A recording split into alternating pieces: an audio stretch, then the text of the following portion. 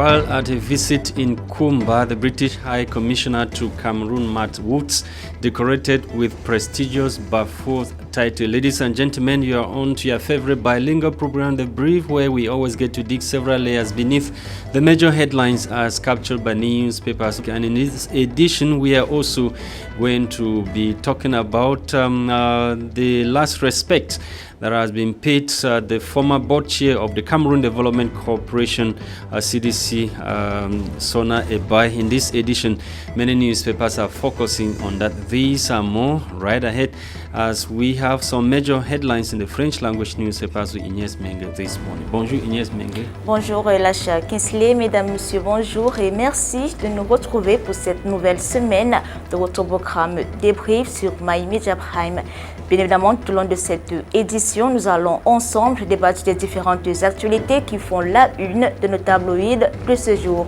Le quotidien Émergence de ce jour nous parle de crise anglophone. La pression monte pour un dialogue inclusif. Évidemment, une coalition d'organisations de la société civile relance avec insistance le débat sur la résolution de la crise anglophone alors que le conflit est dans sa 10e année. Évidemment, pour plus de précisions, rendez-vous en page 5 de ce numéro. Nous continuons cette revue de presse des journaux en langue française avec le quotidien L'Info à chaud de ce matin qui nous parle du communiqué de presse de Georges Gilbert Baonglange qui justifie son absence mardi 28 avril au CED. J'ai découvert cette convocation, j'étais en déplacement professionnel. Les détails sont à retrouver en page 5 de cette édition. Nous terminons avec le journal La Nouvelle Expression de ce jour qui nous parle de recensement 2026, comment exorciser les démons de 2025. Eh bien, telle est la question posée en grande une ce matin. De retour en studio, mesdames, messieurs, voilà pour les différentes actualités qui font la une de nos tabloïds de ce jour, à retrouver dans un point de vente et kiosque. La suite de ce programme pour les unes des journaux en langue anglaise, c'est avec toi, Lacha Kinsley. Thank you so much, Inès Mengue. Let's kickstart the exercise this morning in the Guardian Post newspaper. We are beginning with the Guardian Post newspaper to talk about the NCC boss for his huge contribution to media landscape. Kamif inducts NCC boss into Cameroon Wall of Fame. In this edition of the newspaper, veteran journalist and president of the National Communication Council, NCC, Joseph Chebonken Kalibubse, has been inducted into the Cameroon Wall of Fame. This was during the awards night of the 2026 edition of the Cameroon International Film Festival, Kamif, in Buea, Fako division of the Southwest region. Details on page 3 of this edition of the newspaper. Let's take you to Kumba to talk about the visit of the British High Commissioner.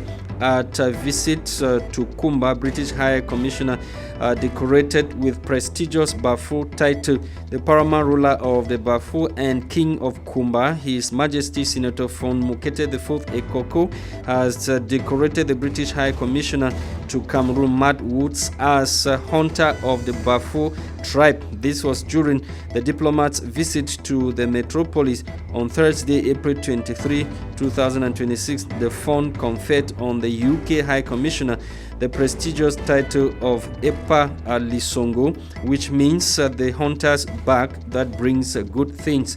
Details in this edition of the newspaper. Let's take you now to the Dawn newspaper. The Dawn is also focusing on the funeral of late CDC board chair. Nation pays tribute as CDC board chair Hope Sona Ebai laid to rest. Details in this edition of the Dawn newspaper. Newspaper is taking us back to talk about the visit of Pope Leo XIV in Cameroon. Anglophone crisis after Papa's visit. Ekene replies. Professor Zengwa says there can be reciprocal, or they can't be reciprocal concessions between a state that declare war and the people it has wronged. Details of the outing of Ekene in this edition of the Horizon newspaper. You can get details of that piece of information on page 11 of this edition of the Horizon newspaper. That's it, televiewers of My Media Prime, what we gather for you this morning in our English language newspapers. It's time for us to start digging several layers beneath some of those major headlines. Meanwhile, our resource person, Dr. Kecha Rollins, is already seated with us in the studio. Bonjour, docteur. Bonjour, M. Lacha. Bonjour à tous les millions de fidèles téléspectateurs de My Media Prime. It's another pleasure having you. Le plaisir est toujours partagé, M. Lacha. Yes, few months ago, you defended your PhD thesis, and of course, your research work focuses on the Anglophone crisis in the northwest and southwest regions of Cameroon. Let me go back to talk about the Pope. After the Pope visited Cameroon, many thought that probably something will happen, but we are far from getting that peace. On veut simplement faire comprendre que le problème dans les États en Afrique, c'est que les États en Afrique sont, comme le disait Guaiden, des ballons suspendus dans les airs. Il n'y a que les petits endroits où on sent l'État. Que ce soit au Mali, je dis que dans presque tous les pays africains, il y a des endroits au Cameroun où quand tu arrives là-bas, tu ne sens pas d'État. Mais c'est là-bas que les gars qui font des porteurs d'idées, de partitions opérationnelles, M. Jacques Kinsley. Mais justement, ça fait 10 ans on parle donc, juste pour faire comprendre que... Juste pour faire comprendre... ce n'est pas un manque de je ne sais pas comment manque de volonté politique. Mais le peuple en a parlé. Le peuple en a parlé. Est-ce qu'à l'heure actuelle, on va encore parler de la crise anglophone? Parce que après que le peuple a fait son discours, qu'est-ce que le gouvernement a donc fait pour essayer de se lancer dans ce qu'on peut appeler la continuité de l'action qu'a impulsé le pape? On ne voit pas, et tous les jours dans les médias, on ne fait qu'en parler. Lundi passé, on a parlé de ça ici. Qu'est-ce que donc le gouvernement lui-même fait pour essayer d'accompagner cette voie de la paix là? On va rester sur cette partie du pays, dans le nord-ouest et le sud-ouest. Si véritablement, comme vous le dites, la sécurité règne et tout, il n'y a plus de problème. Qu'est-ce qui bloque donc pour pouvoir introduire ce dialogue inclusif que toutes les populations attendent tant? Dialogue is a process. Dialogue is a process, not an event. Il y a eu un premier dialogue. Si vous demandez... But that's what I'm saying. Dialogue is a process. It's not an event. Dialogue is a process. C'est un processus. They have to continue in other dimension, be it maybe political solution or whatever solution. Dialogue is supposed to be a continual process. Are you saying that the process is not ongoing for the dialogue? C'est un processus. Il y a eu un premier. Il peut y avoir un second. Et après, on a oublié. Mais après, d'aucuns ont oublié et d'autres se rendent de ce que bon, c'était un monologue où le président lui-même dialoguait avec lui-même, tous ses consorts. Et tantôt d'autres partis disent que les gens qui avaient été invités pour le grand dialogue national n'étaient pas les véritables personnes qui avaient commencé ce trouble, en disant que les véritables personnes qui avaient commencé ce trouble sont bien connues. Les Manchou Bissi, Ayouk Tabé, pourquoi les Ebenezer Akwanga, direct, tous ces gens-là qui étaient les porteurs de cet idéal de division. Donc, ils sont bien connus. Et donc, ils disent que, bon, puisqu'ils ne sont pas là, qu'est-ce qui prouve donc qu'il y a eu un dialogue national? D'où leur conclusion. But apparently, government is pursuing diplomatic solution to the problem. We've seen in some newspapers there talking about a U.S. Soldier that has been sentenced or found guilty of sponsoring the war in the northwest and southwest region. And the other day we equally had another Cameroonian based in the US, Eric Tato, who is also facing charges of participating or using other state material, interstate material to incite violence in Cameroon. We've seen all those. Apparently, government is pursuing a diplomatic solution to the crisis. Bien sûr, not the political solution that is needed. Probably, like Cameroonians say, we need a political solution to the crisis. Est-ce que la solution diplomatique, c'est ce qu'on veut à l'heure actuelle? À l'heure actuelle, is it what we need now to stop the guns from smoking in the northwest? À l'heure actuelle, on ne doit pas balayer du revers de la main les solutions diplomatiques, M. Lachari. C'est très important. Parce que je vous le dis ici, il y a déjà quelques temps aussi que le Cameroun a frôlé le Cameroun était à deux doigts de subir un interventionnisme. Et dans ma thèse, je fais comprendre quoi. Même ça maintenant, il y a des gens qui veulent qu'il y ait l'intervention au Cameroun. Suivez seulement l'actualité actuelle, l'actualité récente au Cameroun. Quand on convoque les grandes organisations internationales, c'est pourquoi faire? Et sur la question là, il y a un Has any international organization solved any problem Monsieur in the world? la question que vous posez est très importante. Laissez le développer dessus. Parce que les gens ici au pays ont en idée. We have seen in Iran, we have seen in Iraq, we have seen in Libya, many other countries around the world. Has any international body? Ce n'est même pas ça que le but, monsieur Jacques. Laissez le côté. Au What Cameroun, voici l'idée que les gens ont en fond. Et j'ai développé cela dans ma thèse. Les gens en fond au Cameroun elle a dit que il y a interventionnisme au Cameroun et que les États qui interviennent au Cameroun prennent le pouvoir et donnent à une personne. C'est ce que les gens en arrière font dans leur tête. J'ai écrit, j'ai fait une thèse dessus. Ça s'est passé en Libye.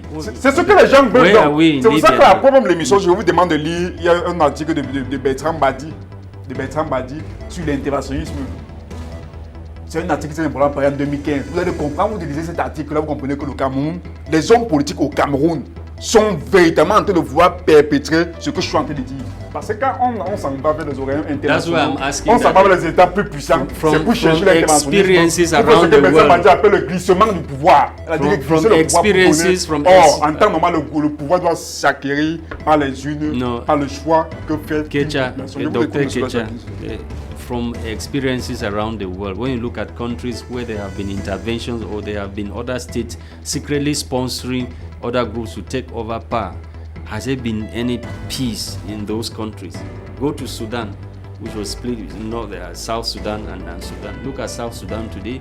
Vous parlez de la paix apportée par le pape ou même par la communauté internationale? Non, de la communauté internationale. Je suis en train de vous demander, quand vous regardez toutes ces interventions-là que vous êtes en train de dire, est-ce qu'il y a la paix? C'est une très bonne question que vous posez. Tous ces pays-là. Il n'y a pas la paix, monsieur Lacha. Et c'est pourquoi le professeur Bertrand Badi a fait un article de 9 pages seulement sur la question, sur l'interventionnisme. Il n'y a pas la paix. Il se demandait que pourquoi donc est-ce qu'on parle toujours d'interventionnisme. Il parlait de cette idée qui est venue de quelqu'un comme Bernard Kougouna et Mario Bettati, que tout État qui se sent, dont la population se sent en danger, cela doit insister. Let's talk about UN, African Union, other blocs, European Union. Has there been peace in any of the countries that these organizations have intervened? Est-ce qu'il y a eu la paix dans les pays où toutes ces organisations que je viens de citer? Dans la majorité des pays que vous venez de citer, il n'y a pas eu de paix. Au contraire, on a plutôt eu... Non, là où on a eu l'ONU, là où on a eu African Union et toutes les autres organisations internationales, est-ce qu'il y a eu la paix dans tous ces pays-là? Dans ces pays, retirons d'abord l'Union africaine qui ne doit pas être mélangée avec les affaires de l'ONU. Dans les pays que vous avez cités, le Soudan, la Libye, il y a encore quelques pays, disons même le Koweït, ils sont dans tous ces pays où il y a eu l'intervention, mais sur la chacune, je peux vous regarder dans les yeux pour vous faire comprendre que l'ONU avait échoué dans ce sens-là. Parce qu'on se rend plutôt compte qu'au lieu de véritablement venir remettre la paix et que la population retrouve une certaine sérénité, on se rend plutôt compte que le conflit s'est peut-être multiplié par 1000 et les populations en font finish. Lorsque ces puissances étrangères-là se retirent, les populations se retrouvent délaissées à elles-mêmes. Elles peinent même à s'entendre même sur le strict minimum sur lequel elles s'entendaient lorsqu'elles Look at Mali, their defense minister was killed the other day. Mali a été tué. Yes, in an attack. Oui, il y a une attaque. Oui, j'ai suivi ça récemment. By armed groups, and those armed groups, we are reading us where they are being sponsored by other nations, intervention like USA.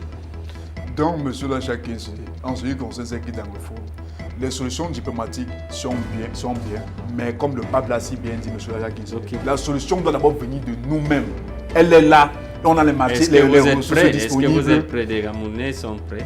Apparemment, are they ready? Je vous réponds, monsieur Alakizé. Lorsqu'on observe comment il y a une sorte de silence de la part des autorités et aussi une sorte de je ne sais pas comment je vais appeler ça, de la part des populations, apparemment les Camerounais ne veulent pas qu'on soit en paix. Apparemment tous les camps ne veulent pas qu'on soit donc en paix. Parce que c'est qu'on voulait être en paix, il devait y avoir des actions concrètes dans leur action où nous parlons. C'est que certains anglophones devaient déjà être en train de rentrer chez eux à l'heure où nous parlons. Donc, monsieur Chakinsley, et je vous le disais ça dernière fois, après ce que le papa a fait, si c'est qu'on appelait les agences camerounaises de mettre les bus à leur disposition, parce que maintenant, il y a même des populations anglophones sur la droite qui ont leur business à Bamenda. Ils veulent rentrer chez eux pour continuer leur business à vivre comme vous voulez, mais ils n'ont pas la possibilité.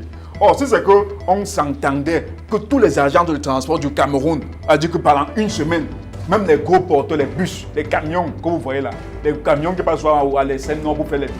On consacre tous ces engins-là pour le port des outils, des biens, des personnes dépassées. Est-ce qu'il y a la sécurité là où tu penses qu'il doit rentrer? Est-ce qu'il y a la sécurité là-bas? Non, il y a la sécurité. Il n'y a pas la sécurité comment? Il y a la sécurité. Même l'armée, justement, dans un sens de collaboration entre l'armée et la population, l'armée même peut commencer aussi à porter les bagages des populations, l'accompagner pour que chacun retrouve son domicile purement et simplement.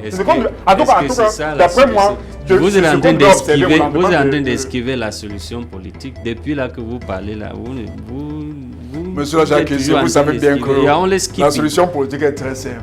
Une décentralisation véritable. Une décentralisation véritable, ça veut dire quoi? Dans cette décentralisation, moi je vous ai tout dit que dans l'esprit de la décentralisation, il y a l'esprit du fédéralisme. La décentralisation véritable veut dire quoi? On peut faire seulement en sorte que les gouverneurs de région soient comme des petits chefs d'État. On dit qu'on a un gouverneur de la région du littoral, comme M. Samuel il va dire quoi? Qui est comme le chef d'État de la région du littoral, mais qui ne va pas s'appeler chef d'État, il va s'appeler gouverneur. Mais on va sanctionner sa puissance en matière de ces nouvelles compétences qui va relever ses compétences. Il a dit quoi? Il a dit que si c'est que les gouverneurs organisent le système, chaque région, par le biais des gouverneurs, organise leur système éducatif, système judiciaire, et ainsi de suite, et que chaque début d'année, on alloue un budget à chaque région, monsieur Chakinsé, pour que tout ne soit plus centralisé à Yaoundé, tout ne soit plus centralisé, en tout cas au sommet de l'État. Monsieur Chakinsé, je pense que les anglophones... colleagues intellectuals we see as separating Cameroon.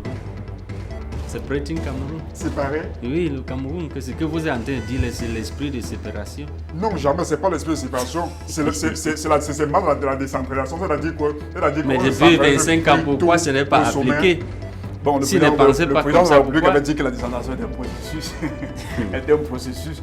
Donc, lorsque même vous entendez dans le discours de l'État dit qu'il faut accélérer le processus de décentralisation, ça veut dire que le ministre sait que la décentralisation n'était pas encore effective dans le fond. Donc, mais je pense que depuis après le lendemain du candidat national, il y a quand même des avancées qui sont en train d'être faites. Mais on veut que ces avancées-là se multiplient par 1000, que cette décentralisation soit vraiment effective. L'État même entre dans les chambres. On ne peut pas donner le travail à l'État comme ça à ce niveau, monsieur Lagis. Quand tu sais qu'un produit, par exemple, je veux prendre... Mais est-ce qu'un businessman est là-bas pour prendre soin de ton bien-être? Is a businessman there to think about... He's there to make his money. He's there for the regulator to put him, on the right path. C'est là où je vais en venir. Le type de Camerounais que notre société camerounaise produit. Est-ce qu'on produit dans les faussaires? Le type de Camerounais, la moralité, où en est-elle? Vous pouvez, dans certains pays, un pays comme la Finlande, est-ce que vous pouvez facilement voir un jeune qui veut fabriquer, c'est pas quoi, le vin de palme? Il peut prendre le foufou, il tourne ça avec je sais pas trop. On a vu ça avec une société, même aux États-Unis, ça arrive, non? On fabrique les riz avec le plastique, on a vu une société qui est aussi au Cameroun, qui fabrique le lait de bébé, non? On a retiré certains laits, non? Donc, le problème, c'est qu'au Cameroun, c'est grave, monsieur Lachakis. C'est ça le problème. Comme au niveau du vin de palme, qu'on a beaucoup de palmiers, monsieur Lachakis. On mélange. On s'en bat quand même prendre le manioc, le foufou, on fait pour faire le vin de palme, monsieur Lachakis. C'est des choses qu'on ne doit pas entendre. C'est pas compréhensible pour le vin rouge. Bon, parce que les gens n'ont pas besoin des ressources pour acheter les matières premières pour faire le vin. Mais le vin de palme qu'elle a apporté nous tous. À droite, il y a les palmiers partout. Mais on s'en bat quand même chercher à faire la contrefaçon. Pourquoi cet esprit de cela? Donc ça va un problème du Camerounais dans ça. Certains disent que le problème c'est avec le régulateur. It's with the government. The agencies concerned with checking qualities. Le régulateur lui-même d'abord.